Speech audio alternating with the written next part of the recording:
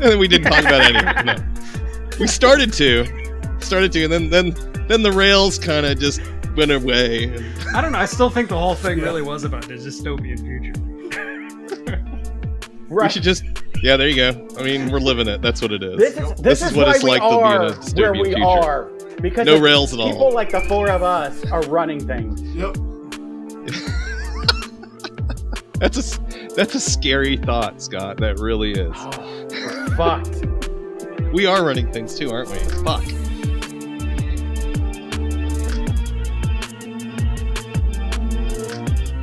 Scott's our MC, apparently.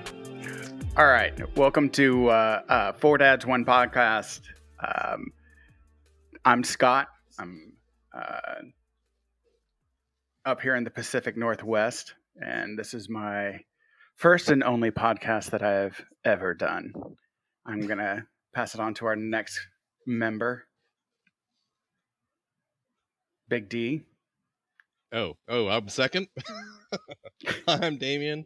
I'm down here in the South, the red South, if you will, Pensacola, Florida. This is my first podcast I've ever done, so pass that on to Eric. Hi, I'm Eric. This is not my first podcast. I live in the red Midwest. I live right outside of St. Louis, where everybody owns a dog and a gun, and voted for Trump. Ugh. Anyway, I do have a podcast called The Streaming Heap, which is not this podcast. And I have a YouTube channel as well, The Unapologetic Geek. So check that out if you want. Now I'll go on to the last person. Hello, I'm Joe. Also from Florida. Haven't really done podcast. Tried doing some YouTube on occasion. Can't keep with the schedule.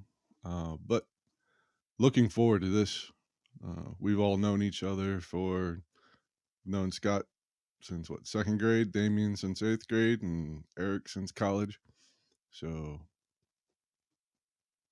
that kind of gives a back history of us. There we go. At least a decade, if not multiple decades that we've known each 30, other. three decades, in fact. And we're all Floridians some of us we are all have Floridians by birth. moved. Mm-hmm. Right. Yes. So I want to go ahead and with this being our first time with this program, but I wanted to, since today is Super Bowl Sunday, I figured we'd start with the easy thing of talking about the Super Bowl briefly. First off, I want to see who do you think will win, and who would you like to win, if you even care. So first off, for me, I would like to see Matthew Stafford get his first Super Bowl. I honestly don't care about either one of the teams because neither one of them are my team. I'd like to see Matthew Stafford get his first Super Bowl. I think he's been a great quarterback. It'd be cool to also to see the Bengals get their first Super Bowl ever. But I do think that the Rams have a better team. And then I'll pass it on to Damian. Yeah, I'm going to agree with you on that one, Scott. I think that the Rams definitely have the better team and are far more likely to win. But I would really, really, really like to see the Bengals win, just because it's the fucking Bengals, you know? They haven't been there since when, Scott? You tell me, Mr. Sports Statistics. When was the last time they were there? They last 83 or something? Went against the 49ers. I want to say it was like 86, 87, something like that. Yeah, with Boomer Esiason versus Joe Montana. They haven't been back Montana, since, and they haven't been back since. They've basically been at the bottom of the league ever since then. So, you know, it's like, I think it's their turn. So I really they've been the Bungles, right? They've had a decent team, years, make it to the playoffs, lose the first playoff game. Yeah, exactly. They've been a fairly bad team for a very, very long time. So to see them make it into the Super Bowl, it's just like I can't help but root for them, you know. So But beyond that, yeah, their quarterback, what's his name again? Spafford, did you say? I'm horrible with names. Yeah, so. Matthew Stafford for the Rams. Yeah, Stafford, yeah. and no, Burrow for on the Bengals. for who's the guy from the Bengals? I saw something on TV Burrow, about him the Joe other Burrow. day, and yeah, Burrow. He seems like a really genuine and caring person, and really cares about his team and the players, and even like his high school team and so on still, and like the people that he used to play with back then. And so it's like he just seems like a real genuine guy, and I really like to see him go and have his first ring. But being a good person doesn't necessarily make you a great player or the team great. So we'll see how things go. Root for the Bengals, thinking the Rams are going to win though. So if I had to put money on it, I'd put money on the Rams. Let's put it that way. It's okay. Go ahead. And it's a cool story for Burrow because he's an Ohio native that was the backup. I think he was the backup for Ohio State, if I'm correct. Like I think he was the backup there, and then transferred to LSU, and that's where he won the national championship and the Heisman and everything. And then coming back to Ohio and getting drafted by an Ohio team, and drafted by a team that puts no money into their team, right? Like the Bengals are notorious because they're in Cincinnati, which is just north of Kentucky. So it is like it gets cold as cold can be. Like it gets like it's the Midwest, right? Like Eric knows this. The weather is notorious, right, in the Midwest. It's insane, and yes. they are the right. Less and they're than, the only team without an indoor nice. practice area. Like they're the only team that has to practice in the outdoors in the elements, right? So they invest the owners don't really invest that much into the team itself. What sucks about that is that they've gotten used to playing in the cold, and they're about to go play the hottest Super Bowl ever in LA, 90-degree temperatures. Yeah. So yeah, that's going to be a factor in that. Yeah, it's yeah. And so then anyway, let's go continue. Like Eric. Any thoughts at all, Eric? Personally, I think there's a really good chance that it'll be the Blues and the Lightning this year. But Toronto has a chance. Let's go Toronto. Leafs. I have no opinion on the Super Bowl. Honestly, I'm just gonna watch part of it for the commercials. At least hockey, is. I mean, I don't know if you could really say that that's the name of the sport is descriptive of what they actually do, but to call American football is kind of as Joe put it the other day, it was, it's like, no, this is American like handball, not football. So, right. Yeah. So anyway, but yeah, hockey, I guess, I think murder ball would be a better name for it. Murder ball. American murder ball. That's true. Yeah.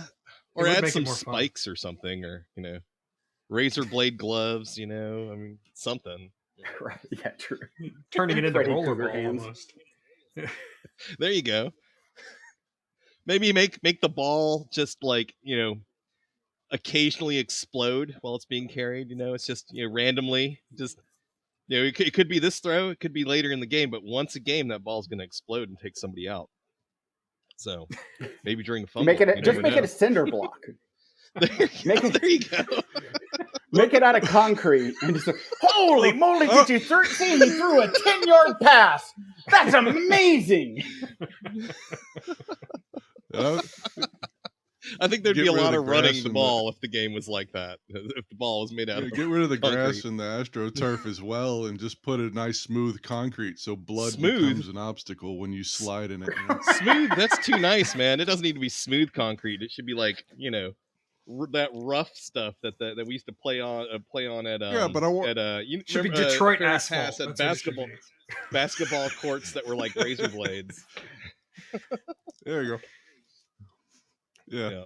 Anyway, Nice transfer into dystopian futures. Yeah, there you go. Yeah, my I don't and like concussions would be the least of your worries in that sport. Yes. In my overall thoughts on that matter, I have none. And I actually think I've come to the root of why I despise basically the Super Bowl. I found out a few years back from my mom that when Pittsburgh was in the playoffs for the Super Bowl, my mom went into labor. My dad told her, figure that out. He's watching a game.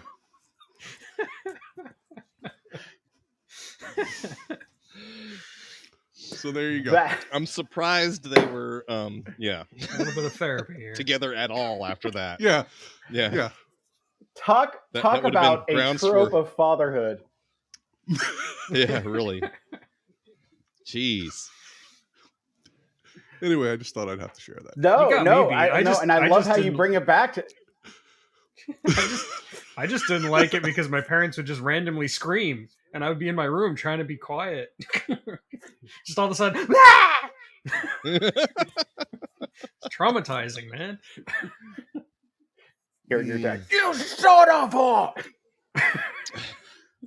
Dad's angry. Dad's angry. Why did you pass?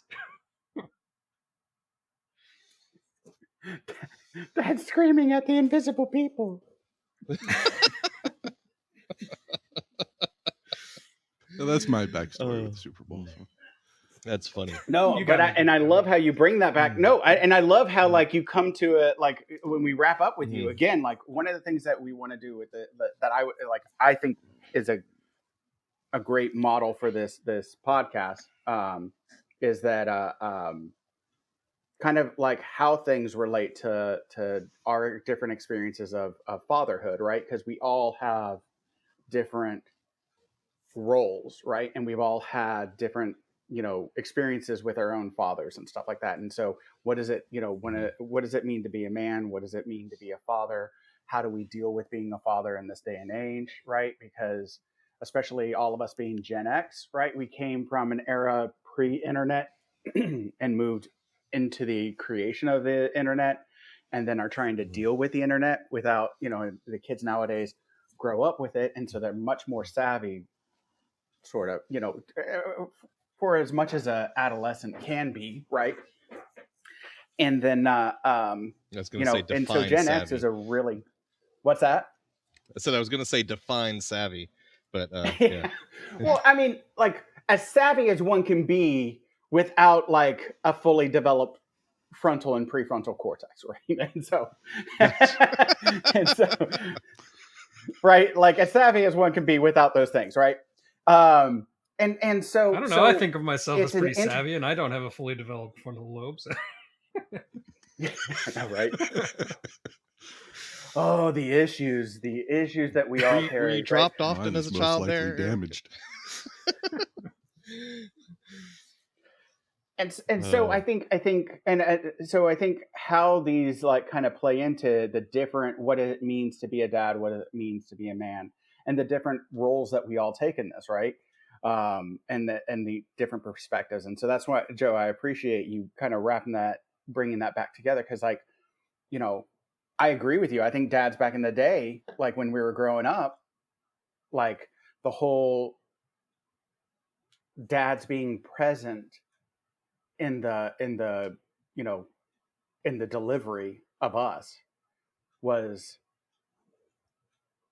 a most often miss, kind of a hit or miss kind of, we were doing that transition into guys actually being present in the labor, into the deliveries, right? When we were being born, dads were doing that transition from being in the waiting room into actually being in the labor for, so it still wasn't a consistent thing, right? And so like that plays a role in how we were raised, right? And now I think nowadays we see dads being much more involved, right, in a lot more areas. And so when I had my kid, when I had Thomas, it was a C-section, and I was there. I saw it happen. It was gross. But then immediately I got shuffled off to the waiting room and told I had to wait. And then hours passed, and I was bugging the nurses left and right. Why can't I see my baby? Where's my wife? What's going on? And they're just like, be patient, be patient. Your wife is resting. We've got your baby in the room and we're dealing with him. And like, I was really frustrated that I couldn't be there at that moment. Like, I was there for the actual birth, but then I was sidelined. And that was incredibly frustrating for me. But in the old days, the dad was always sidelined for the whole thing. So yeah, I see where you're going with the transition from the dad never being there to the dad wanting to always be there. Yeah. When Cadence was born, it was a C-section as well, but I was in the room the whole time, and that they were doing, and they were, of course, do you want to see it happening? I was like, not if you want me to be conscious, because I was not gonna watch that the whole cutting and the goo and the no, not happening for I was me. fascinated But personally. I thought it was great. Oh Yeah. no. Ugh. I was there Yeah. the whole time. But I was in the room. I was watching what the anesthesiologist was doing, which was pretty interesting, and making They put the sure that curtain up for you. yeah, they did. I asked. Well, they asked if I wanted up. I was like, I don't need to see that. So, but no, they took Cadence out and cleaned her up and handed her to me. And from that, after they weighed her and stuff, and from that moment on, she was in my arms all the way through recovery. So, and crying like a banshee half the time. It was the most emotional moment in my entire life. That was like, I couldn't stop crying the whole damn time. As soon as I met Cadence for the first time, it was just like, bawling my eyes out kind of thing. And in retrospect, it's like, how could that be?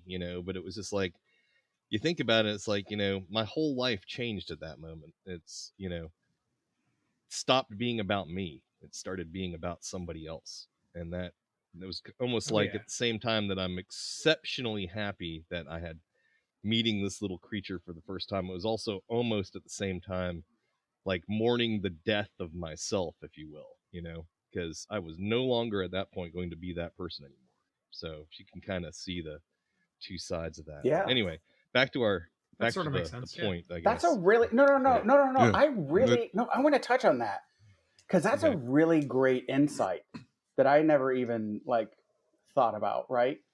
Mm-hmm. So again, just to like, I have my education is in mental health and things like that, and so that's something that I've never even thought about, like with regard to myself, like the losing of the adolescent me, right, or the young adult me, right, whenever you have that child, right, and that there is the sort of like this joy, like this ambiguity, right, this joy of becoming a father, but this also this grieving of losing um, a lot of different freedoms, right? You can't just like, hey, you want to take a trip to wherever, right? Like you got, okay, wait, what do we do with the kid? Is it, do we bring the kid? Is it family friendly? All these different things, right? And it's so, not just that it's the realization of the responsibility that life is now all on you. Oh from there on out, Yeah. So it's like, it's scary. It's like, fright even at the same time. So, just to continue that same point. point. Yeah. I thought about all the different ways I was going to accidentally end up killing my kid because of all the bonehead mistakes I was going to Absolutely. Yeah. I'm going to destroy this child. Yeah. I have just ruined. You have one job. Keep it alive. That's it. Yes. Right. The time Cadence decided to jump headfirst off the couch once she learned what like walking was and bouncing on things that were springy and soft, squishy and whatnot, and she decided to. Well, she didn't decide to. It just kind of happened because she was little tiny toddler, jumps headfirst off the couch into the hardwood floor, and I heard that crack like, oh crap, I'm gonna pick up a child and have her brain fall out kind of sound. No, she was fine. She was just. I swear, babies' like, heads are made of some kind of magnetic material. It just goes for everything hard, right for it every time. Exactly. Right. Exactly. But no, she was Joe, fine. what was nice like? bump on the head. What was mine like? Yeah, what was your like? Was your son, was he C-section or vaginal or vaginal? Yeah. Were you able to witness the whole thing? Yes. So were you by the shoulder or were you by the feet? Both. wherever I Both. needed to be. Okay. You know, the nurse would get, "Hey, you want to look at this?" And then I would go back and be supportive of Jackie. But I mean, it was kind of crazy because Jackie was having, I guess, real bad Braxton Hicks, and thought she was there, and we went to the emergency room. They're like, "Nope, just Braxton Hicks. You're not in labor yet." Da, da, da. And she was going to have a OBGYN appointment the next day. So they send her home. We go to the OBGYN appointment, and the doctor goes down to, you know, do an examination, and it's like, when did you lose your plug? Huh? She's like, yeah, there's hair. And the OBGYN goes, you want to see? So I'm like, you know. So I knew I knew Liam was going to have a head full of hair, you know. And she's like, go to the hospital. I'll meet you there. And then, you know, Wow. was there the whole time. And wow, that's huge pain that's a surprise right there. Yeah, huge pain for, you know, Jackie, you know, the whole Mm-hmm. labor thing, you know. But and because I remember we had the discussion, is like, you want to try like the natural, no, you know, um what's the epidural, no epidural. and you know, and all that, and pain kicks in. She's like, oh hell no, give it to me. And then and she, I still think that the guy didn't do it like exactly right, because she was still having major pain. And if they didn't but get anyway, all those nerves he was blocked, born. then... I didn't really have that whole existential moment. You know, yeah. I kind of looked at it like, I'm, you know, it's kind of, I guess, how I've kind of done a lot of things. I just kind of put myself up, those kind of my younger self up on a shelf, and I'm like, I'll pick you up later. You know, when he gets a little older and we can be relating on things and whatnot. I didn't really think of it as a death of myself, just a, you know, flipping a new chapter. But I can always, you know, I've always still got that I can go back to, you know. I don't know. For me, it was more like the kind tail of end of kind of that moment. transition into like real adulthood, where a lot of things had happened to me in the span of like 3 years. Primary among them was, you know, getting married, quitting smoking, getting diagnosed with diabetes, and losing over 100 pounds.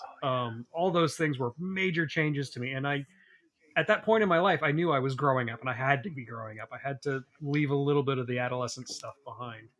And then Tommy came along right at the end of that. Yeah. So it didn't Yeah, really I'm feel still like So the trying to yeah, get you over were it. death already of my adolescent, but I was oh, already in the process. right. Like you kind of like when you get I don't know if this happened for you, but like working with patients, when you get a major diagnosis, and diabetes is manageable, but it's also Yeah. like, you know, Life-changing. it's a big diagnosis, and meaning like you're having to put significant lifestyle changes, right? Right. Is that fair?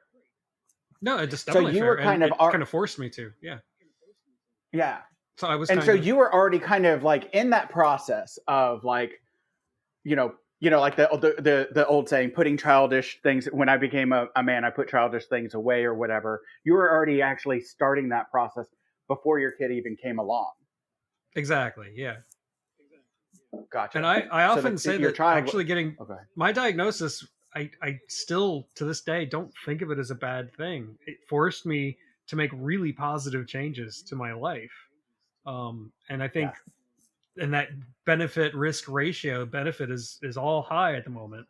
You know, ask me again in 40 years when they're talking about chopping off my feet, but for now I feel like it's a good thing. Well, no, like, and again, like they're coming up with like all kinds of different stuff, like, diabetes. Like they're looking at like, especially like even for type 1, they're looking at like islet cell replacement and like stem Right. cell replacement, all these different like really cool advances. So diabetes like is really becoming, like when we were teenagers, right? If this is, I'm not equating these two things, but when we were teenagers, if you got an HIV diagnosis, that was a death sentence, right? Right. And so it's like, oh my God, right? That was the scariest thing, right? That was the COVID Yeah. of our time, right? And so, but instead of us hiding away, we just hid our dicks away. Is all we did, right? Well, And you so, did. like,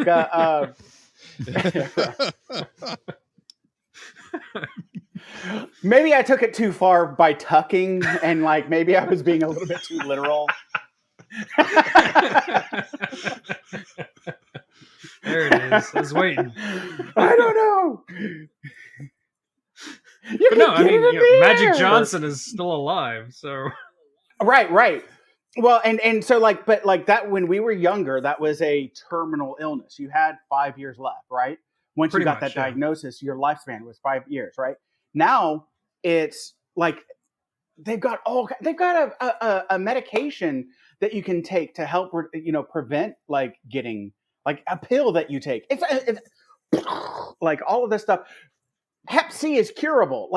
So we are like the advances that were coming in, like me as a healthcare worker, Hep C was like the scariest thing. HIV, Well, yeah. like I didn't really like worry about too much because HIV is such a fragile virus, right? But Hep C can stay on a countertop for like a week, and you're like, oh my Right. God, right? And it was a lot of involved treatment. The medications are really harsh on the body, all this different stuff. Now it's curable. Like this is crazy to me, right? So like diabetes, we're really getting to a place where it's not a nothing kind of diagnosis, but like, hey, we're gonna like make this so that it's not an issue anymore. Like you just make some lifestyle Yeah, I'm changes. on So an that's a amazing really cocktail of drugs that are, state of the art, and I'm really happy with them. yeah. So yeah.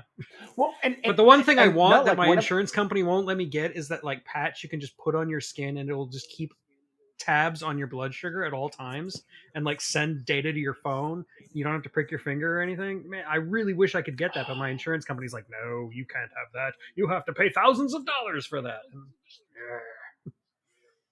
right. No.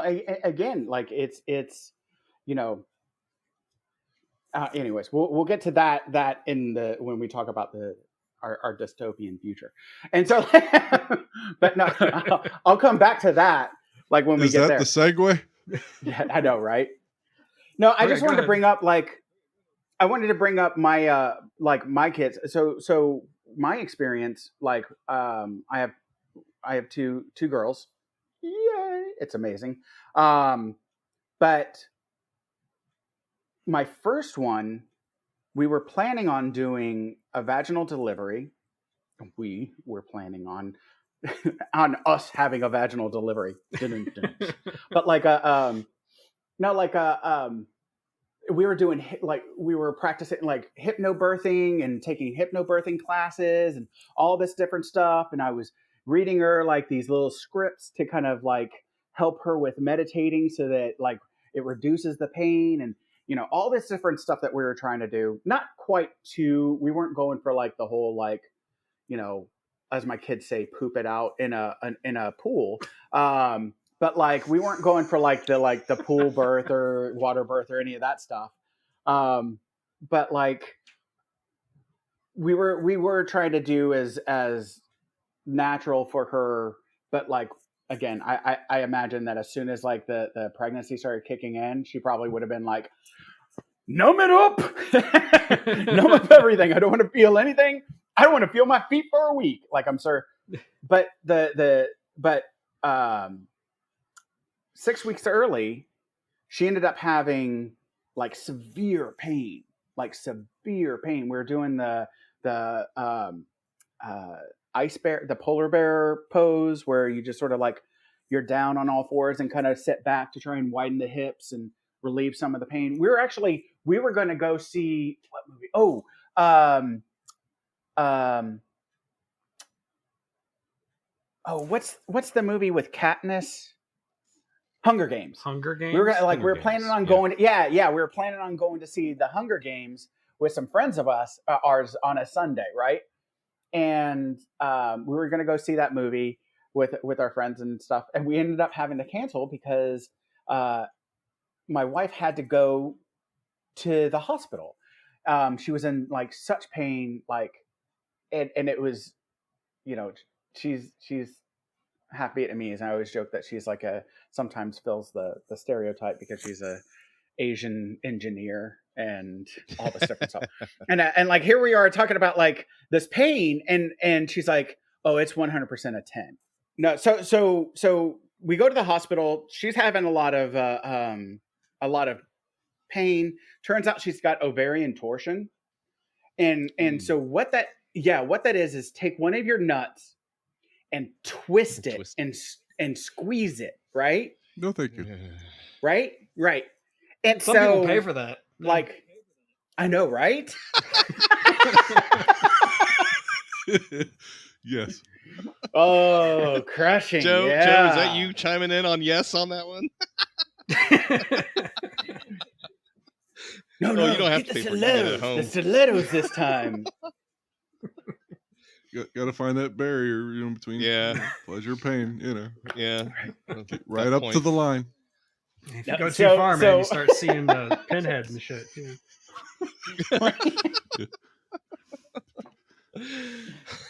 If you find a random box, don't play and with off it. and off the rails we go again. So, there are rails? I had no idea. They're just tools of the man. Keep us in line, man. That's right. Okay, Scott, continue. So turns out it's ovarian twisted torsion. Ovarian something. Yeah, right? There you go. So she has to have emergency surgery, which means that we have to have a C-section. So they were really questioning whether we were going to be able to hold Haven or not because of the fact that she was 6 weeks early and all this stuff. But they let us have, so they like when they pulled Haven out, like they saved the ovary, they saved everything. It was fantastic. The doctor, she was amazing. She was awesome. I was so happy. I was so sad that she wasn't able to. Yeah, she untorqued. Yeah, all of that. Like, do they use a torque wrench for that, or do they? Big old monkey wrench. Bang, bang, bang. She didn't feel anything. It was the anesthesia was fantastic. And so, and I was behind the sheet. They wouldn't allow me to see it. I really wanted to, because I was able to, like, when I was doing my, one of my rotations, I got to actually stand at the head of a guy who was having open heart surgery. Freaking amazing. It was amazing. Right. And cardiologists are like the dirtiest talkers during surgery. Like they were talking about, like, the surgeons were just like having like the dirtiest conversation that I have ever heard in a healthcare setting. And like, that's apparently that's kind of a cardiology thing, where neurologists are like, you never say anything. It is absolutely quiet. They're just like, every surgeon has like their own little, like, ways of going about things, and cardiologists, like, but anyways, so I really wanted to see like the surgery, but they wouldn't allow it. And so they took my oldest, put her in a warmer, got her all cleaned up, and then had to take her to the NICU immediately. So I didn't even really I didn't get to hold my oldest for the 2 weeks that she was in the hospital. Like, I got to, like, I got to put my, and also I was, still doing my my MP training, because I was going in grad school, and I was doing clinicals during that time, plus working full time.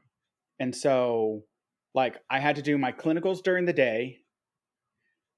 And this was like right at, I was doing basically a full shift of seeing patients with my supervising practitioner with me. She just had me see all the patients and type all the notes while she just sort of sat back there and like, and then, like, we talked about, like, okay, what'd you do right there? What'd you do wrong there? And all that stuff. And so I'm doing that during the day, then going to work and working on an inpatient unit And then afterwards, taking a trip up to the hospital and spending a couple hours with her in the hospital, and then going to bed and sleeping so I can go and do it all over again. That was like it sucked. I wanted to be there the whole time, but I wouldn't have been able to like graduate on time or finish it. So it was really crappy. But so we ended up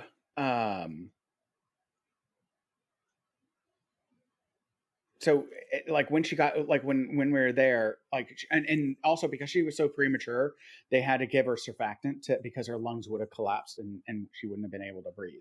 So because she Right. hadn't, her lungs weren't developed, and it helps with the development of Yeah. the lungs. And so but then whenever she was able to, it timed out well, because when she was able to like come home, I actually had time off at that point. And so then like and so then I was able to kind of spend that time with her then, and hold her and stuff like that. And then with my second one, but Damian, you're right. Like you're still like, um, you're just crying the whole time, right? You're just Yeah. crying like the whole time, and this is amazing and all that. And then Mm-hmm. with my second one, it was a C-section, and they gave, like, after they cleaned her up with my youngest, like they gave her to me, and I went away while they were Yeah. still sewing up all the layers of, and I got to Yeah. hold her the Yeah. whole time. That's And that's so that's the like the same with fact that they me. Yeah. didn't, that and but they didn't sideline me at all. Like, and so that was one of the things that was like, to hear, like, again, to hear the differences in these different experiences, like how like they gave her to you, but then they put you in the, like they moved you into the waiting room while everything else was taken care of, right? Like, and you not being able to be involved in that, like, is really really really like crappy, right? And Yeah. And es- especially now, like, you know dads are being more involved with raising the kids. We don't see it as like the women's thing, and we just work and what have you. Like, yeah, I'm the stay-at-home we dad, and man. Yeah. yeah, well, and I am too now, right? Like I've been a stay-at-home dad for the past, oh man, since like 7 months now or so. And so yeah, like I wish I could have been the whole time. Ah, you're really lucky, Eric. Oh, I know it. Yeah, I thank my wife daily for allowing me to do this. Yeah. Lucky man. Lucky and man. and it's also cool Hmm. that it's also cool, because to me at least, that your wife is working and you're the stay-at-home dad, right? That you're the Yeah. nurturer, right? Like, Well, because we that's knew kind of like the evolution. before she before she even got pregnant, we knew that this was the arrangement we were going to have, because she's more of a left brain engineer mindset. She's a good mom, but she's not the kind of mom who could stay home and be a mom. Like, it's just not in her DNA. Whereas I'm a born nurturer. That's just what I do. So I would be better at it. And honestly, with the amount of money I would have made working, we would have blown that on daycare the first couple of years anyway. So it Hmm. didn't make sense. It made more sense for me to be home so that there was a parental figure in his life uh, at the very beginning. And I I think it's worked great so far. Yeah, no, I'm right there with you, because um you know your wife and my wife were close friends in college, right? And they're both, Yeah, they're they both were roommates for a engineers. while. And my wife is, yeah, and my wife is similar in the sense that she's a great mom, phenomenal mom, but she's the more like, um, you know, I can fix it. What is it from Wreck It Ralph? What's the other character? Like, Fix anyways, it, I can Felix. fix it. Yeah, fix it, Felix, right? Yeah, She's like, okay, how do I fix this? And I'm like, tell me about how you're feeling. Tell me about, I'm much more the emotional nurturer, right? I used to joke I was the nurse with the nurse, the male nurse with the male purse, because I had one of those satchels when I was a nurse, and so Oh, like but no, like just get a fanny pack, Scott. Just get a fanny pack. It's so much easier. I know. Hey, The Rock rocks it, man. Hey, they're Like, back in style right now. oh, they're phenomenal. Never. And so, but Never. Yeah, go neither. ahead. Same with me. But I yeah, mean, no. So I think it's good.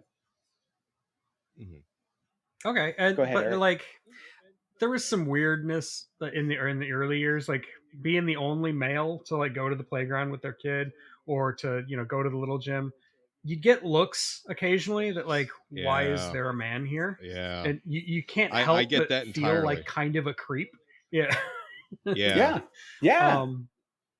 But after a while, like now that he's a teenager, I don't get that anymore, obviously. I'm the only guy in my daughter's Girl Scout troop. Like, you know what I'm saying? Like, I'm a male Right. leader amongst the Girl Scout troop. I get A some whole bunch weird of looks girls. sometimes. I remember when I was like Yeah. going through my divorce, and I'd have Cadence for week on, week off. I'd take her to the playground on weekends, and I'd be there with a camera, trying to take pictures of her playing on the playground, and I'd be getting these looks from other, from moms that were hanging around, with their kids, like, what is this man doing in this playground, taking pictures of these kids, kind of thing. It was just like, it's it And you can felt understand it from their point of view, bad. like Yeah, because there's I just some can. Oh guy yeah, taking pictures of their kids. Yeah. yeah, but at the same time, it's like, these are the types of people that are like, don't judge me, kind of thing, and then they're sitting there, casting judgment upon me without even knowing, why I'm there. That's my kid, so it's just, Right. anyway. Yeah, I get how you feel is what I'm saying. I've experienced it myself, so I'm sure But there we all have in is some definitely a measure. lot more acceptance of stay-at-home dads than there would have been even 10 years ago. But yeah, I'm not saying there's not still room to grow. There's still not, if there was a Yeah. playground where like half the parents were dads and half the parents were moms, that would be one thing. But it's still just like a stay-at-home dad is still an One guy. oddity. Yeah. Yeah, there's that one guy at the playground. That's it. Yeah. Yeah. Yeah. Well, like for me, like I'm on my kid's PTA board, right? I'm on the board for our PTA, and I'm the only male board member. And Really? I'm the only one that, yeah, no, I'm the only male that's on our PTA board, and Crazy. I have male volunteer. Well, I have one male volunteer who's consistent besides me, right? But the rest are females. And when I joined the board, they were all like, "Oh, it's so great to have a male voice," right? And all of this, but there is still, no, I agree with you. There's that, like, when I go to the school and I'm saying hey to all the kids love me because I do like this thing called the bricks, where it's basically the treasure chest. They do all these different things. They turn in these bricks, and they get to pick out a toy or something like that, right? So the kids, and I'm the main one that's like consistently there. So the kids love me because when they see me, they're like, "You got some toys? You got some candy?" And I'm like, "Not today, because it's not Bricks Day, or whatever." But like, and so I'm saying hey to them all and all this stuff.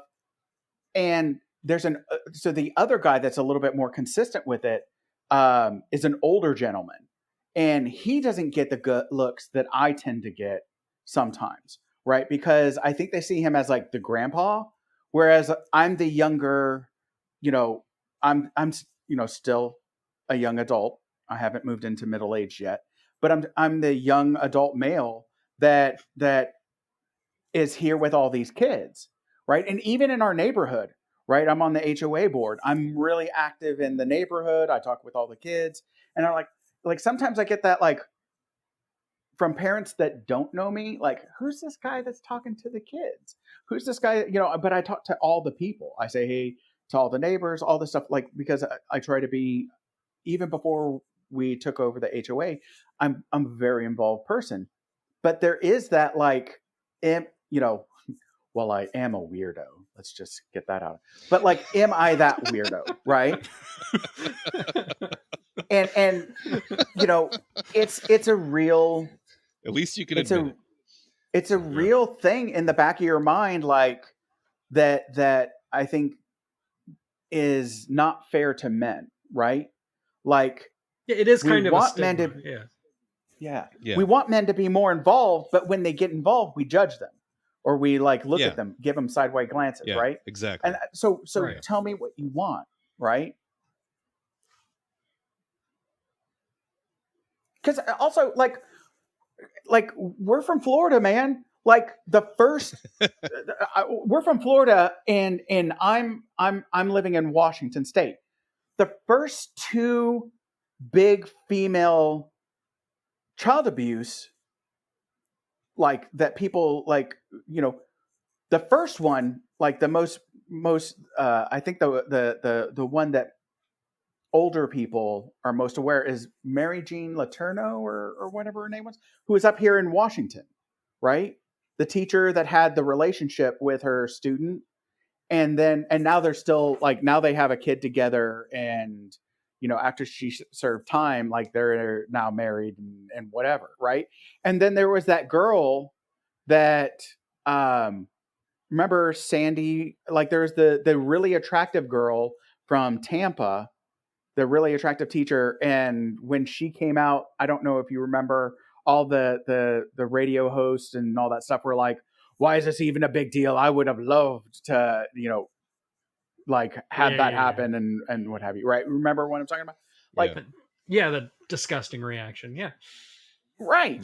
And here we are seeing more and more female teachers and females getting caught and identified for assaulting men, yet women don't get that look, right? We still see it as um, um, a male crime in a way, right? That hurting kids is a male crime because we've pressured men into, or we've pressured boys into the assumption that it's okay and they should actually be grateful that they were assaulted.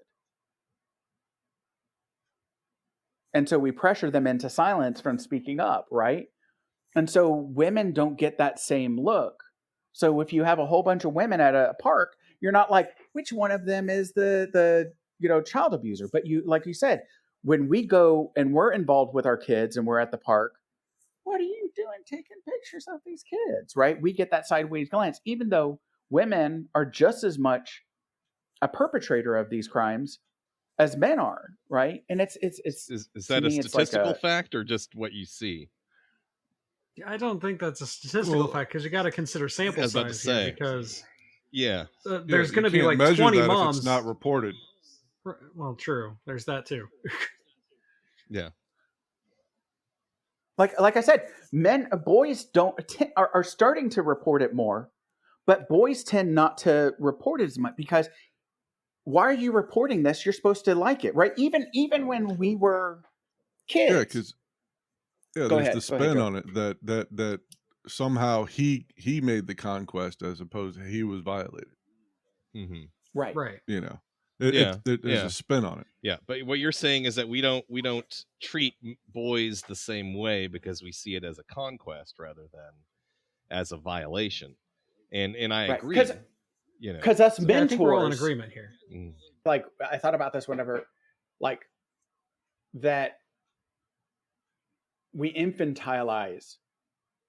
I think I totally screwed that word up. Infantilize is how but you no, say that. Yeah. infantilize. Thank you. We infantilize boys Thank you, up English into major. adulthood, right? I'm an English major. Yes.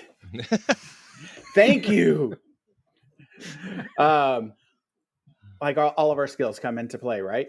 And so, I think we infantilize young women more than young men because young men are well, expected this is what to, I say. Like, you know, go out and conquer and break things and kill animals and stuff at a younger age, whereas young women are often expected to, you know, not do those things and be, you know, the same little girl that they always were. Play with your dolls and stay in your room kind of thing, you know. I see what you're saying. Like we Follow protect what I'm them, saying. right? Yeah. Yeah. Yes. We're more But we protective of them. but we're also critical, right? Because like if like again, I use this joke often, but like we never go like if a guy were to go and rape another guy, we wouldn't go like, well, but did you see those jeans? I mean, like, did you like those It's jeans good. were I just see your like point. gripping that Yeah, butt, good man. point. Like, Yeah. like Good point. it was totally his fault because who wouldn't look at his butt and be like, I am And full head going into that, right? Where we will do that to women, though. Yes. Right. We put the ownership on them or the Yes. responsibility.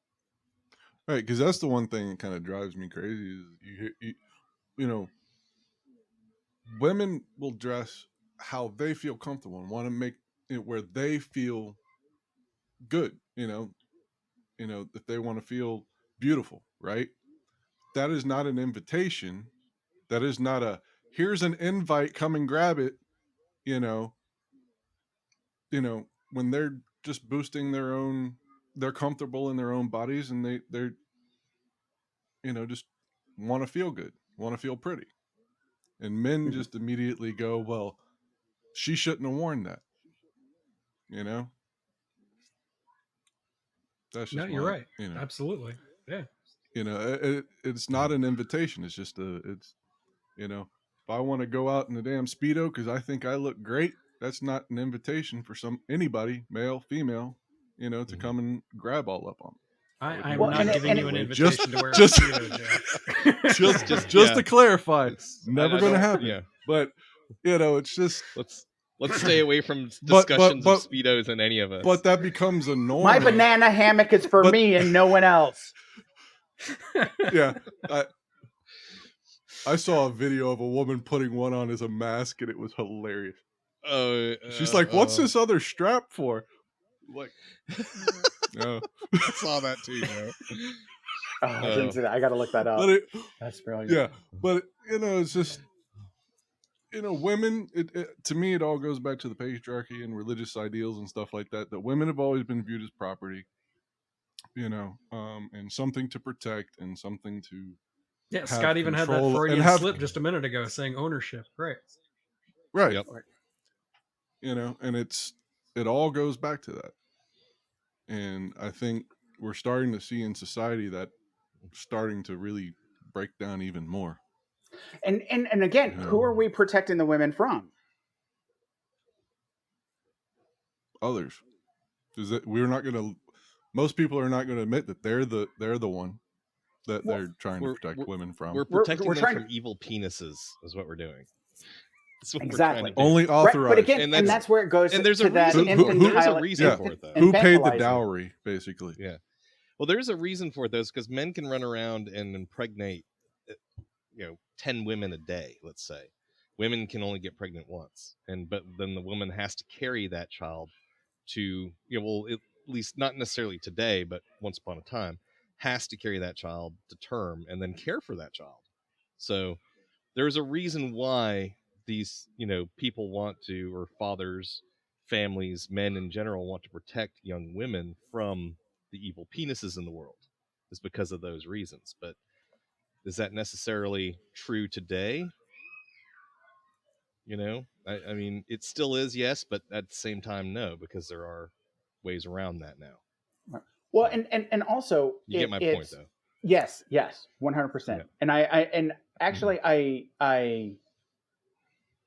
agree with you in that, like both of you, because it goes back to that we see the daughters as property, and so if she gets pregnant, right, then and she's also, been devalued. Yeah. Right. Yeah. Well, and we place a value on that. Or we used to do it quite literally. Yeah. Yes. Yeah. Literally. Yeah. Once upon a time. And we're protecting her from men because, like, it goes on that concept that men can't control themselves, right? So it's that continued infantile. Say it for me, Eric. Infantilization. Thank you. And so it's I'm just going to yes, cut and it's paste the Eric saying that infantilization anytime Scott says of it. men. Right. You just press a button. Infantilization. I know. Yeah, just cut, please. Just put it. What's going on with Scott's voice right there? But like the Infantilization. of men, right? That they're not able to control themselves. So we put that ownership on women, that responsibility on women, where men don't have to be responsible. And like you said, and Damian, we did grow up in a time where, like, because we had classmates who got pregnant in school, and they had to leave the school. The guys didn't have to At a leave the certain school to time, raise the kid, right? Correct. Yeah. And like, there's one girl that I'm thinking of particular, and I'm like, she had to carry that burden. The guys, we never expect the guys to carry that burden, right? Correct. We say that we shame them, It's like, oh, they're a deadbeat problem. dad. Yeah. But exactly, right? Yeah. We never say like, okay, she had the kid, now it's you have to raise it, right? Why not? Yeah. Why not?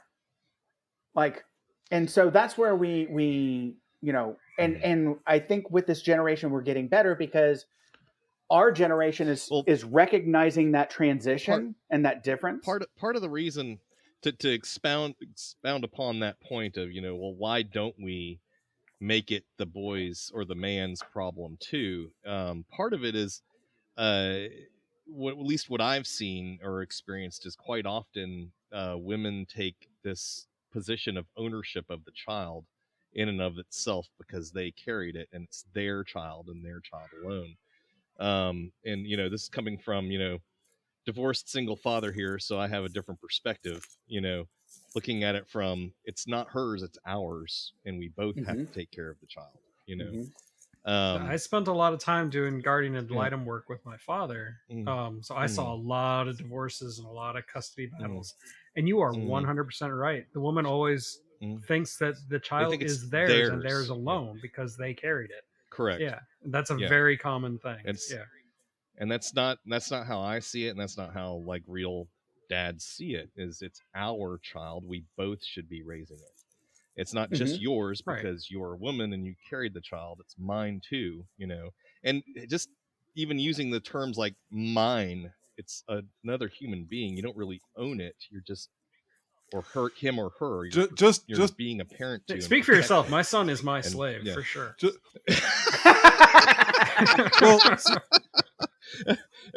What are you doing to make that happen? Because Eric's like, I took 12 years a slave as a child raising. Where I come off on this, but that wasn't written by Dr. Spock. My input, and y'all can clarify y'all's here. It's like, when in the womb, everything her choice. She's the one having to carry it. It's her body, right? So if she chooses not to, man has no say. It's not, we can't force somebody else to, carry another, right? Correct. Do something, with their body outside. Right. And then that once really birth, is slavery if you have control. It's our child. Sorry, our child. This ownership thing. We're not. My view, don't own my child. He is a product of my wife and myself. I am solely a guardian until he is 18 years old. There's no ownership. That's still a thing that people have, this idea that I brought you in this world. I can take you out. You are my you are my that's property. What I was trying to say. No, you're just a steward till they're 18 years old, till they're legal. And then they can go out on their own, or you can continue to help take care of them.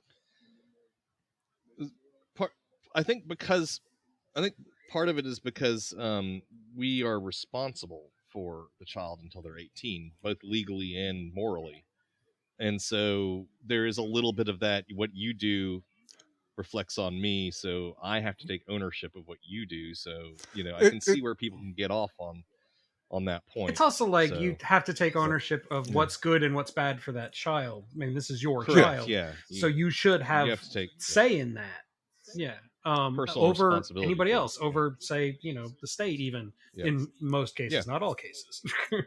So in those cases, it's my child. No, that's just what I was just pointing that out, just for clarification purposes. So, versus the state or the community. Yeah.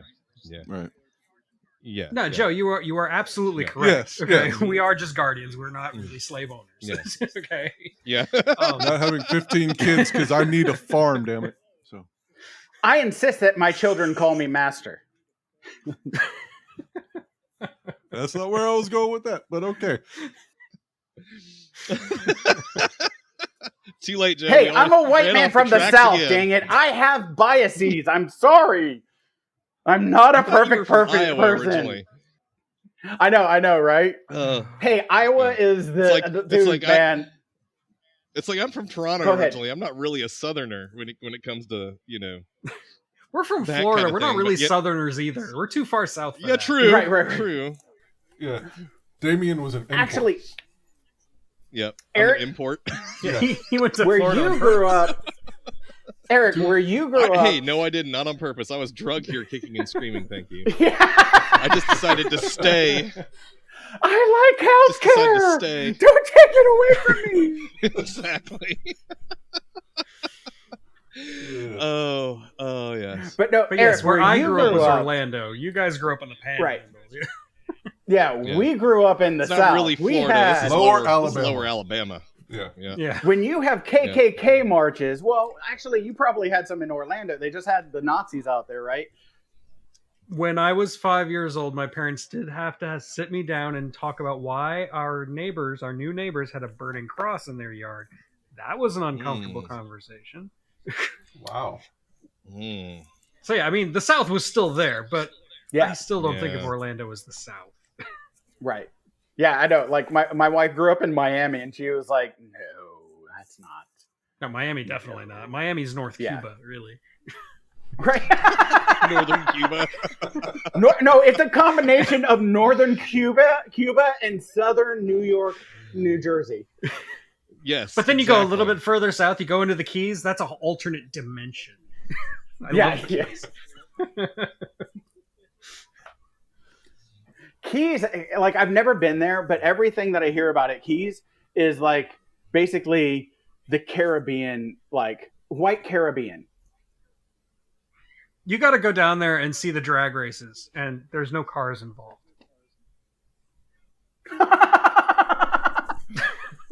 What? You have to go further. Took with Scott a second there. I was like, That's Oh, pretty much oh, it. wait, I okay. just explained it to you.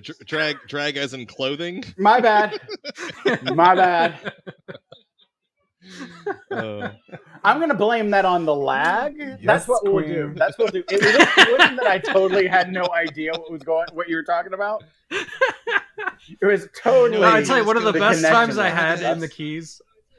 I've been to the Keys like dozens of times, but one of the best times I ever had is when me and my roommates. I had a gay roommate. One of them was gay. We took him down to the Keys for his birthday. Oh my god, we hit like every gay club in the entirety of the Keys, which is a lot. You wouldn't think that much real estate could have that many gay clubs, but let me tell you, it's a lot. And we saw the drag races, and it was just so much fun. It was a blast. You have to go to the Keys, and you have to get very drunk. Yes. Just don't pass out. Just don't pass out. Yeah, don't do that. Just That's a bad don't idea. wear really tight pants because then it'll be your fault. Yes, exactly. When you've got a Did butt you see like what he was mine, wearing? no one can resist. Oh, there's no resisting you, Scott. There never has been. No. No, that's right. I don't have that problem. I have absolutely no butt. I just have a back that goes right into my legs. I've got my lovely lady lump, so curse.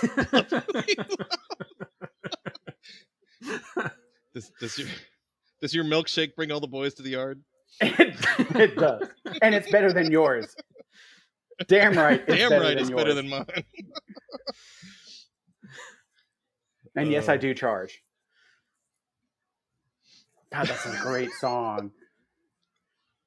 Dude, you brought up a great song from the 90s. Oh, that's another one I thought I thought about. it was the early 2000s. Was that from the 90s? Yeah, I thought it was early from the 2000s. Like I'm not Was that that from the old. 2000s? Okay. 4 or 5. Somewhere Here's in there. one from the 90s Yeah. that I know was in the 90s. Do y'all remember Short Dick Man? Yes. Oh yeah, Yeah. sure. Yeah. I haven't thought about that song in forever, and then That it one popped up came in my back head. up in circulation. 2003. Yeah. Oh, was it Thank you. 2003? What about Short Instant Dick Man? fact Came Can you back look up up? in circulation a few weeks ago on something I saw. Or detachable and I was penis. Oh, there you go. Like, yeah, I love that song. Yes. What was it? King Missile? Yes. Yes. I think so. Something like yeah. Yes. that, Yes. Detachable penis. And one time I lost it. And I Uh, woke up without it. And Hey, I thought Eric, maybe quick I just question. left it on the counter again. Can you add music to this without getting copyright infringement? You have Yeah, to really. pick non-copyrighted music. You can't put in Yeah. you can't put in detachable penis, I'm afraid. Damn it. Well, Yeah. if we sing it ourselves, though, I mean, we can Yeah, do there you that, go. right? No. I do it's have a video like- on the I'm- movie The Final I'm gonna Countdown, step back from that playing it one. on the keyboard. The final countdown. My favorite thing that's ever been I can play done. it on the piano. It's great. My favorite thing that's ever been done with Final Countdown was Arrested Development and Will Arnett's character coming out to his magic show Oh, to right. Final Countdown. Oh, and him doing the chicken So dance, beautiful. like his like weird chicken dance. One of the most glorious Yep. Okay, things. so Yeah, so absolutely. anytime I off think of subject here. anytime I think subject. of Final Countdown, I think of that. I think of. I like how we Will came Arnett's here with plans for a topic, and that's that was a silly idea. And we made the guy with ADHD our MC. So Yeah, really, right. seriously. Hey, this is an organic podcast, damn it. oh, it's Mhm. very This is organic. organic. Yeah. See, I'm used to It's dealing with, amoeba-esque. dealing with clients. Yeah, this That is going to are be so never fun on. to edit. Yeah, really. I'm used to dealing with clients that are never on task on anything, want to talk about everything all at once. So I'm constantly like, herding them, and then of course subcontractors have to herd them back in all the time. So anyway, that's why I'm like, hey, Yeah, I have a think we're off 13-year-old, subject so again. yeah, totally. yeah, yeah, exactly. Off subject. Let's get back on this. I don't try to do homework with your anyway. kids. Oh, my Jesus. god, trying to do homework and they're just like, "Oh, and That's Dad, fun. have you heard about this?" And you're like, Mhm. "Okay, I know, but come on, man, what's this fraction? Come on, like, what is this?" I don't have fraction?" that problem with my son. My son is smarter than me when it comes to math by a Oh, lot. nice. Just trying to talk to Yes, Cadence about the shows that she likes to watch is an adventure, because she'll be like, she'll start. It's like one of your little conversations, Scott, and you start here and go on a tangent, and then another tangent to return to the main point. It's like she'll talk around it 6 times before and then she'll stop and be like, rephrase it entirely and come back to the point again. Oh, It's yeah. like, okay, all right, let's get there. Come on, we can find our way to the point here. But it's always fun regardless. I got the same. Your friendship and with trying me to all keep these him years- on task is. Oof. Oh, I bet that's He Your gets friendship angry when I with try me to keep for him all on these years task. is just practice for parenting. Yeah. What'd you say, Scott? Oh, your friendship with me has just been practice for parenthood is all. Oh yeah. Cat. I'm a herding. total ace. Like, I had to deal with Scott with all these years. Parenting's easy by comparison. Yeah, really. What's the thing? What's the show that your kids love that you hate the absolute most?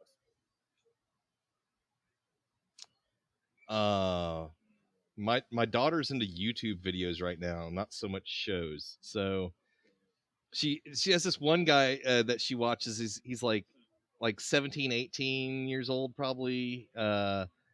He's a skinny guy from Canada, and he does these little shorts that are like just bouncing all over the place, like ADD as fuck kind of thing. Just like, and it's crazy. I don't know the guy's name, but it's some of them are funny, and some of them are just the most annoying crap you have ever seen, and they only last maybe 30 seconds, maybe a minute. They're like little TikToks that they have on YouTube or whatever. But anyway, it's When just- Tommy yeah. was little, there were some YouTube channels like that he would watch that really got to me, like candy Mhm. unboxing videos, where like it would be like some Yeah. Irish guy who's just like hyped up on meth or something, just talking about how excited he was to open this box of chocolate, and see what the toy was inside. It was like porn for little kids, really. Yeah. Those are the best. But as for like TV shows, he liked SpongeBob and what's the other one?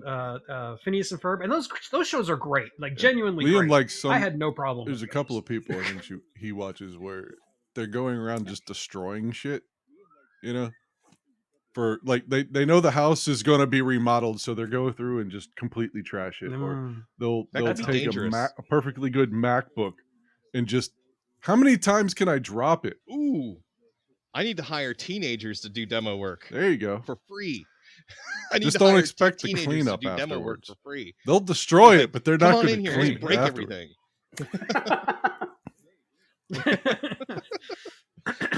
Right. Well, I can bring a cleanup crew in. I just need Yeah, somebody to but tear all the he'll- sheetrock off the walls. This person to like break perfectly good iPhones and MacBooks and other shit, and I'm just like, why?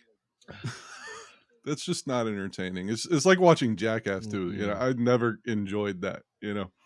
Watching somebody else do completely stupid shit. You want to know why? Because they didn't have to pay for it. Yeah. Because they didn't have to pay for it. That's why. Yeah, because you're gonna go. It's just a waste of rare earth minerals, man. Yeah. But I mean, if it was their money, For me, it's my girls.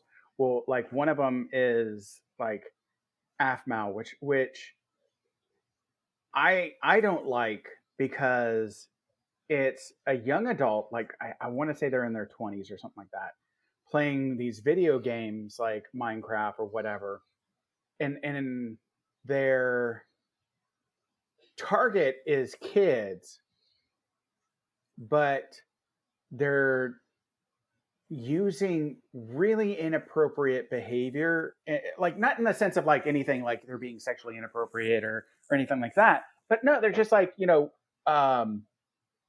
reality TV type behavior in these like in these like little video games that I cannot stand. Like I'm just like they like Sounds my oldest vapid. really wants to watch some of these. Right. Well, and also it teaches them to be like terrible people. And like she does not like she accepts that I'm like, you can't watch these channels. Like, and I've even like YouTube to me, like I hate kids on YouTube. Like, are you guys familiar with Ryan's World? Yes. Yeah, I know what it is. Okay. Yeah. Tommy doesn't watch it, but I know what it is. Like and I like, oh, like to me, I hate it because all it is it's like, first off, it was like, hey, we're opening these toys. Okay, that's no big deal. But now it's like, we've got our own toys. So we're just basically showing you our own toys so that you can go to Walmart and buy these big old, our toys, right? And we're just going to market everything that we're just going to make a whole bunch of crap and we're just going to market it, right? And like, I keep on telling, like my kids, because I like, there's no educational or moral value to these shows, right? They're just teaching kids. Hey man, to be I bought terrible Transformers people. when I was a kid. I don't have a problem with Transformers, right? I don't have a. But It's the same thing, when man. you watch that, no, it's not. It's totally different. It's totally different. Because they did have positive messages in the cartoon, Yeah. so about like being good people and so on and so forth. even G.I. Joe, nobody died. And the right? cartoons were run by bigger Like G.I. Joe. corporations and not, upstarts. True. Right. But there were True. standards, right? They had to meet certain FCC standards, and there were like some kinds of like regulation that this has to be. So at the end of G.I. Joe, nobody died. There was no blood. Everyone survived. All the bad guys would get away, all that stuff or whatever. They were just like, they were. Yeah, because they never talked about the other heroes, half is of what the they were. battle. Yeah. Right.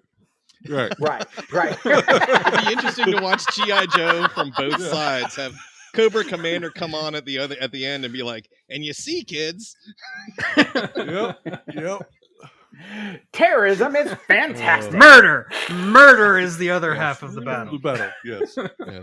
It's kind of like I always wanted to hear Skeletor's take on things Yeah. in He-Man. You know, like I want to know how Skeletor feels about getting his ass kicked in every show. Yeah. Now, come on, man. For just, He-Man. just because I have this skeleton for a face, I am seen as the evil one. And this I'm just trying to bigot take comes pictures of along my kids on the playground. and starts beating the crap out of me for no goddamn reason. I'm pretty sure Robot Chicken has done that. He-Man was the bigot just because I was ugly. Oh, I love Robot Chicken. That's it's probably great. the greatest thing ever made, right there. But speaking of YouTube channels in hometown of three of us here, or Super Mario Logan. Sort of. Oh, I've never Have you heard of I him. have no idea. Look up Super Mario Logan. He plays with puppets. Super Mario Logan. At first, I thought, have you been around on town and see a Mario Kart looking Lamborghini in Pensacola, Damian? I haven't. I've seen a Lamborghini, but I haven't seen a Mario Kart looking one. There has been some little 3-wheel cars running around. There's a purple one and I think a red one. But what did you call it? What'd you say? Super Mario? Super Mario Logan. He actually has a store in the mall now, selling overpriced puppets. Really? Hey, more power to him, man. Capitalism.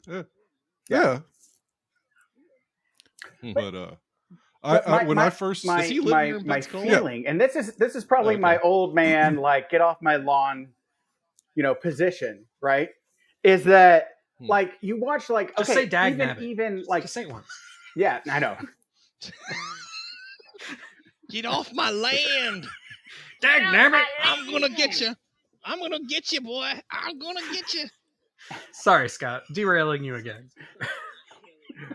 No. I just like I don't know anytime, but like get off my land. So, No, like that was Redneck from Rampage. Redneck Was Rampage. fantastic. It was a video Yeah. game in the late '90s. It was like I got a it. lot of fun. Such a great. Yeah. But no, like so, but like you watch Daniel Tiger, right? That's Mr. Rogers, like corporation and all that stuff. But there's a educational standard. Like they and again, I know some YouTube channel cannot afford a PhD, psychologist or someone who specializes in early child development or anything to come on and oversee their topics in order. But my issue, like especially like with Ryan's World and stuff like that, is that they're this is going to be harsh, and this will probably get me, if anybody were to listen to this, would get me hate. But they're whoring out their kids for, and again, they get like 46 million a year or 50 million a year for all of their stuff and what have you. And man, that sounds nice also, but they're like, it's taken the camel, Joe Cool logo and the Lucky Charms to me to another level, because their whole thing is all about using kids in order to get kids to buy their stuff, right? That there's no value Like to the this Girl show. There's no, Scouts. and so that's for me. Speaking of which, go on my daughter's website and order some cookies for delivery. Yeah, order some damn cookies. Shameless I know, plug. right? Here we go. But no, like no. But no, I but can post the seriously, link if you need it. Girl Scouts actually offers other things, right? Damian's a Girl Scout leader, right? Like he's actually educating them on real things, right? Girl Scouts often teach a lot of business education to make to get young girls business savvy, right? So that they can go into business degrees, get more women in business, all those different things. Like they actually have stuff that they're trying to grow, right? This to me is more exploitation, right? And more like, if you're targeting not like all- reality TV, like not all reality entertainment, TV, especially not is- even all children's go ahead, go entertainment ahead. needs to be educational. Sometimes it just has to be fun. Thank you. No, and I agree with you. You're welcome. Right? Because hey, we grew up like you brought up Jackass or whatever. Like the fact that they're coming out with a new movie, I'm like, oh my god! Like, how are you guys still alive? Right? I thought half of you were dead. They're still alive? Yes. Johnny Surprising. Knoxville's Making a new all like movie. white now, like his hair's all white and shit. Yeah. Have any of them? Did any of them accidentally like castrate themselves, or they all have kids now?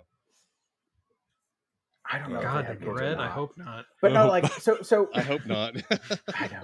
Is this a transition back into dystopian? That has no that has you no go. educational value. That has no, it's just flat out like pure just entertainment, right? No, Scott, they're you're on the cusp of a themselves. really interesting subject here, and that's like the democratization of media. YouTube is like anybody can make anything and anybody can watch anything, within certain boundaries. But who sets those boundaries and how far can they take them? And can you hold a service like YouTube responsible for the things that people within YouTube do? Like say Spotify and Joe Rogan. I mean, can you accuse a YouTube channel of being bad for children and therefore somebody should do something about it because it's really popular? Oh yeah. No, I don't think anybody should shut down Ryan's World in any way, shape, or form. Right? For me. That's Okay. me doing policing of my own children, and I hate it. Right? I hate this channel. And again, and the reason I set that boundary with my kids is because I see no value for it. Right? It's and it's exploitive. Right? Because a reality TV show or even a show like you said, like making something for adults, right? To exploit them to spend their money on this product or whatever, and I like that. I think is one thing, but doing that for kids towards kids, I think is a totally because of the fact that they're underdeveloped. And for me personally, I have an issue with it. Do I think anyone should come in and shut them down? No, that's for us parents to decide. Does that make sense? Yeah, it does make sense what you were saying. Yeah. And so that's my only issue. And so for me, I And set I can boundaries appreciate it if on that's these shows. Yeah. But again, that's your right as a parent go ahead. to set those boundaries. You take Right. ownership of that kind of thing when it comes to guarding the well-being of your kids.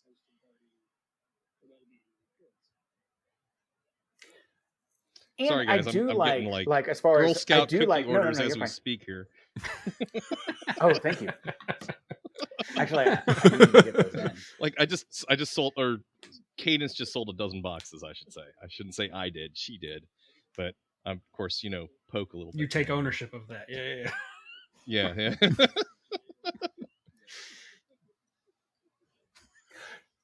I don't know what the rules are, but I totally want to I want to get my girls into Girl Scouts, and I want them to set up a booth by some of the cannabis shops that we have around here, and sell cookies at the cannabis shops. Yeah, that's totally a actually thing.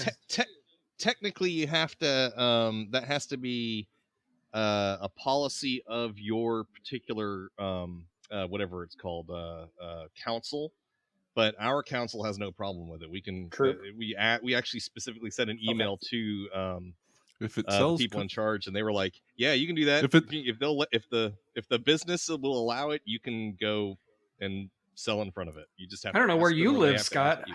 How many places are there that aren't within a block of a cannabis shop? Yeah, really, seriously.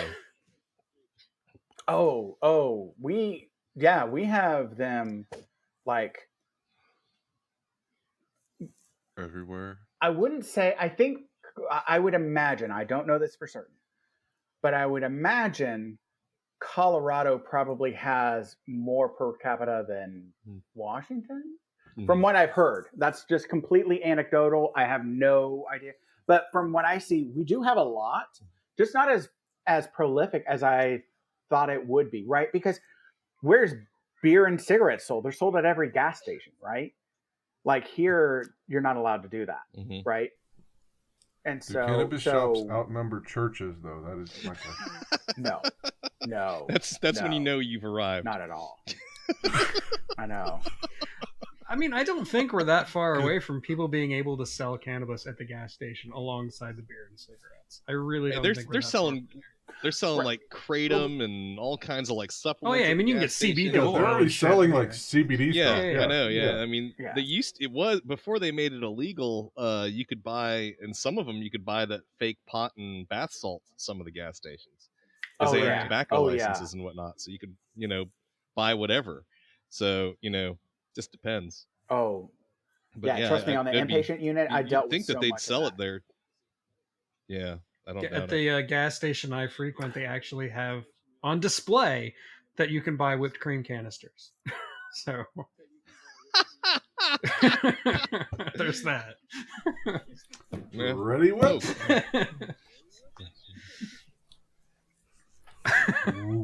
Man, people really love pie around here. They're just all about this whipped cream. Yes, that's it. But anyways, I was just talking about whipped cream. I don't know what you're talking about. No. I like tasty stuff. I know, right? I was just talking about some freaking banana pudding here, man. I mean, everybody knows the proper ratio of pumpkin pie to whipped cream is like 1 to 10 or something. Some kind of whipped cream fetish. Is that there was a girl I knew meringue? in high school. Nope, it's pumpkin pie. You have to put whipped cream on the pie. That's that's how it's done. That's where it goes. Absolute requirement, huh?